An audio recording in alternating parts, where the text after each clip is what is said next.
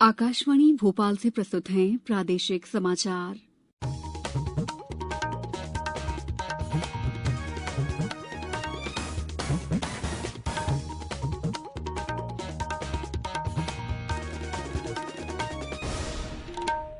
नमस्कार, समाचारों के साथ मैं दीपा सिंह।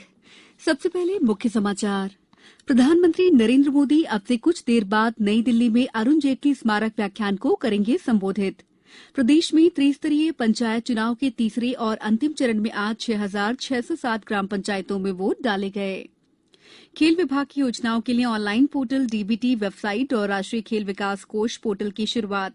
और अगले 24 घंटों के दौरान प्रदेश के इंदौर, उज्जैन, नर्मदापुरम, भोपाल, चंबल, ग्वालियर, शहडोल और जबलपुर संभागों में कहीं कहीं भारी बारिश की चेतावनी। अब समाचार विस्तार से। प्रधानमंत्री नरेंद्र मोदी आज शाम नई दिल्ली में पहले अरुण जेटली स्मारक व्याख्यान को संबोधित करेंगे। आर्थिक कार्य विभाग ने इस व्याख्यान का आयोजन किया है। व्याख्यान का विषय समावेशीकरण के माध्यम से विकास और विकास के माध्यम से समावेशीकरण है। कार्यक्रम में सिंगापुर सरकार के वरिष्ठ मंत्री थरमन षणमुगारत्नम मुख्य भाषण देंगे। त्रिस्तरीय पंचायत चुनाव के तीसरे और अंतिम चरण में आज 39 जिलों के 92 विकासखंड के 6,607 ग्राम पंचायतों में वोट डाले गए। इस चरण में जिला पंचायत सदस्य के 243, जनपद पंचायत सदस्य के 1955, सरपंच के 6,607 और पंच के 1,05,293 पद हैं। हमारे आगरमालवा संवाददाता ने बताया कि त्रिस्तरीय पंचायत निर्वाचन के तीसरे चरण में जिले के नलखेड़ा और सुसनेर विकासखंड में आज 88% से अधिक मतदान हुआ है, जबकि अनूपपुर जिले में 75% से अधिक मतदान होने की खबर मिली है। आदिवासी बाहुल्य धार जिले में त्रिस्तरीय पंचायत निर्वाचन के तीसरे चरण के लिए चुने हुए मतदान में मतदाताओं में भारी उत्साह देखा गया। गुना जिले की जनपद पंचायत आरोन और शाजापुर जिले की शुजालपुर और काला पीपल जनपद के लिए भी आज मतदान हुआ। भिंड, अलीराजपुर, बुरहानपुर, बैतूल, कटनी, नर्मदापुरम, शिवपुरी, शहडोल सहित राज्य के अन्य जिलों में भी बड़ी संख्या में मतदाताओं ने अपने मताधिकार का उपयोग किया। राज्य निर्वाचन आयुक्त बसंत प्रताप सिंह ने नगरीय निकाय निर्वाचन के दूसरे चरण में 13 जुलाई को होने वाले मतदान के लिए 100% मतदाताओं को मतदाता पर्ची वितरित करने के निर्देश दिए हैं। दूसरे चरण में 214 नगरीय निकाय में मतदान होगा। इनमें 5 नगर पालिक निगम, 40 नगर पालिका परिषद और 169 नगर परिषद शामिल हैं।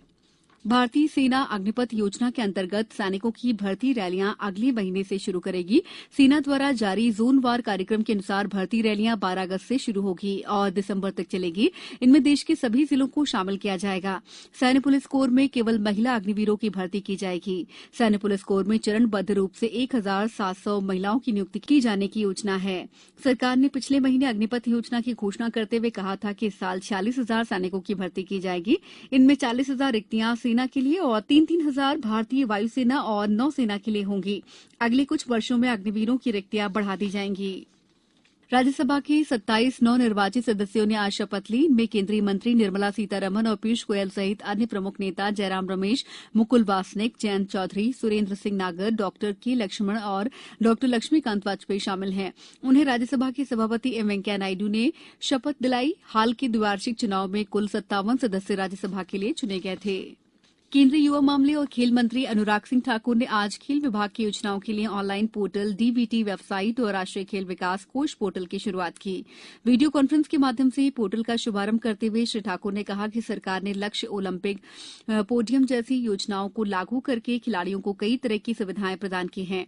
उन्होंने कहा कि सरकार राष्ट्रीय और अंतर्राष्ट्रीय स्पर्धाओं में भाग लेने वाले खिलाड़ियों को भत्ता भी देती है। श्री ठाकुर ने बताया कि युवाओं को खेलो इंडिया यूनिवर्सिटी गेम्स और खेलो इंडिया यूथ गेम्स के माध्यम से भी अपनी प्रतिभा दिखाने का मंच मिल रहा है।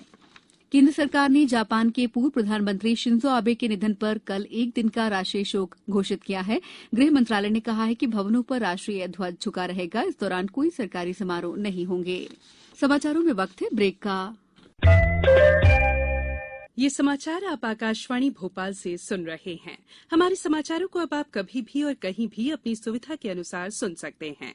ये समाचार बुलेटिन YouTube, ट्विटर और फेसबुक पर AIR न्यूज भोपाल पेज पर सुने जा सकते हैं। इसके अलावा आप हमारी वेबसाइट newsonair.nic.in पर या फिर AIR न्यूज ऐप पर भी समाचार सुन सकते हैं। ब्रेक के बाद समाचारों में आपका एक बार फिर स्वागत है। राष्ट्रपति निर्वाचन 2022 के संबंध में सुरक्षा व अन्य व्यवस्थाओं को लेकर आज विधानसभा में सहायक रिटर्निंग ऑफिसर और विधानसभा प्रमुख सचिव एपी सिंह की अध्यक्षता में राज्य स्तरीय समीक्षा बैठक आयोजित की गई। श्री सिंह द्वारा बताया गया है कि देश के सर्वोच्च राष्ट्रपति पद के लिए 18 जुलाई 2022 को होने वाले निर्वाचन हेतु मध्यप्रदेश विधानसभा के सदस्यों के लिए मतदान केंद्र विधानसभा सचिवालय में बनाया गया है। निर्वाचन प्रक्रिया निर्वाचन आयोग के निर्देशन में व्यवस्थित रूप से पूर्ण सुरक्षा व्यवस्था के साथ प्रशासन के सहयोग से संपन्न होनी है। साथ ही विधायकों के स्वास्थ्य और कोविड बचाव के परिप्रेक्ष्य में व्यवस्थाएं सुनिश्चित की जानी है। बैठक में विधानसभा भवन, चुनाव सामग्री की चाक चौबंद सुरक्षा और अन्य व्यवस्थाओं के संबंध में आवश्यक दिशा निर्देश जारी किए गए हैं। इस दौरान विधानसभा में प्रवेश करने वालों और विधानसभा की व्यवस्थाओं से संबंधित व्यक्तियों की पहचान संबंधी अभिलेख संरक्षित करने तथा पुलिस सत्यापन की कार्रवाई सुनिश्चित किए जाने के भी निर्देश दिए। प्रधानमंत्री नरेंद्र मोदी इस महीने की 31 तारीख को आकाशवाणी से मन की बात कार्यक्रम में अपने विचार साझा करेंगे। ये इस मासिक रेडियो कार्यक्रम की 91वीं कड़ी होगी। प्रधानमंत्री ने लोगों से उन विषयों के बारे में सुझाव देने को कहा है जिन पर कार्यक्रम की इस कड़ी में चर्चा होनी चाहिए। लोग नमो ऐप या माई जीओवी ओपन फोरम पर अपने विचार या सुझाव साझा कर सकते हैं। टोल फ्री नंबर 1800-11-7800 डायल करके प्रधानमंत्री के लिए हिंदी या अंग्रेजी में अपना संदेश रिकॉर्ड करा सकते हैं। फोन लाइन इस महीने की 28 तारीख तक खुली रहेंगी। पिछले 24 घंटों के दौरान राज्य के सभी संभागों में कहीं कहीं बारिश हुई। सबसे अधिक 8 सेंटीमीटर बारिश थांदला में दर्ज की गई, जबकि मंदसौर, बाड़ी में 7 सेंटीमीटर और बरेली, देवास, सरदारपुर में 6 सेंटीमीटर बारिश हुई। मौसम विभाग ने अगले 24 घंटों के दौरान प्रदेश के इंदौर, उज्जैन, नर्मदापुरम, भोपाल, चंबल, ग्वालियर, शहडोल और जबलपुर संभागों में कहीं कहीं भारी बारिश की चेतावनी दी है। राजधानी भोपाल में गरज चमक के साथ बारिश होने की संभावना है। केंद्रीय पर्यावरण, वन और जलवायु परिवर्तन मंत्रालय ने आज नई दिल्ली में वृक्ष उत्सव हरियाली महोत्सव का आयोजन किया। आजादी के अमृत महोत्सव के 75वें वर्ष के अंतर्गत इस महोत्सव का आयोजन वायु प्रदूषण और जलवायु परिवर्तन तथा पर्यावरण संरक्षण में वृक्ष तथा हरित क्षेत्र के महत्व के बारे में जागरूकता बढ़ाने के लिए किया गया है। इसके तहत 75 नगर वनों, 75 पुलिस प्रतिष्ठानों के चारों ओर की 75 किलोमीटर सड़क, दिल्ली के 75 स्कूलों और देश के 75 अविकसित स्थलों में पौधे लगाए जाएंगे। अब कुछ समाचार संक्षेप में। राज्यपाल मंगूभाई पटेल के कार्यकाल का 1 साल पूरा होने पर दिव्यांग बच्चे राज्यपाल के अतिथि बने। करीब 60 दिव्यांग बच्चों ने राजभवन का भ्रमण भी किया। सागर जिले में स्वच्छता को लेकर चलाए गए जागरूकता अभियान के फलस्वरूप जिले की खुरई नगर पालिका को ओडीएफ डबल प्लस प्रमाण पत्र मिला है। प्रदेश में प्राथमिक स्वास्थ्य केंद्र से लेकर सिविल और जिला अस्पताल तक की सभी स्वास्थ्य संस्थाओं के भवनों की बेहतर देखभाल और संधारण के लिए विशेष अभियान मिशन सेहत संचालित किया जाएगा। अंत में मुख्य समाचार एक बार फिर। प्रधानमंत्री नरेंद्र मोदी अब से कुछ देर बाद नई दिल्ली में अरुण जेटली स्मारक व्याख्यान को करेंगे संबोधित। प्रदेश में त्रिस्तरीय पंचायत चुनाव के तीसरे और अंतिम चरण में आज 6,607 ग्राम पंचायतों में वोट डाले गए। खेल विभाग की योजनाओं के लिए ऑनलाइन पोर्टल, डीबीटी वेबसाइट और राष्ट्रीय खेल विकास कोष पोर्टल की शुरुआत।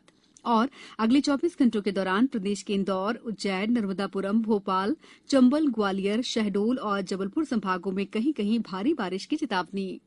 इस बुलेटिन में इतना ही। दीजिए इजाजत। नमस्कार।